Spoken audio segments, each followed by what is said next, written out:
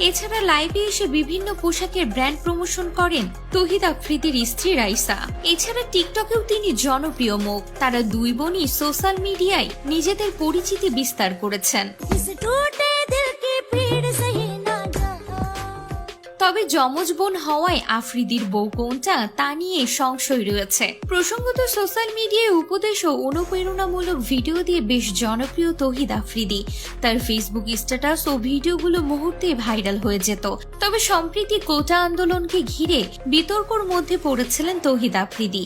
তবে সব ঝড় পেরিয়ে প্রেমিকাকে বিয়ে করে নতুন অধ্যায় শুরু করলেন আফ্রিদি।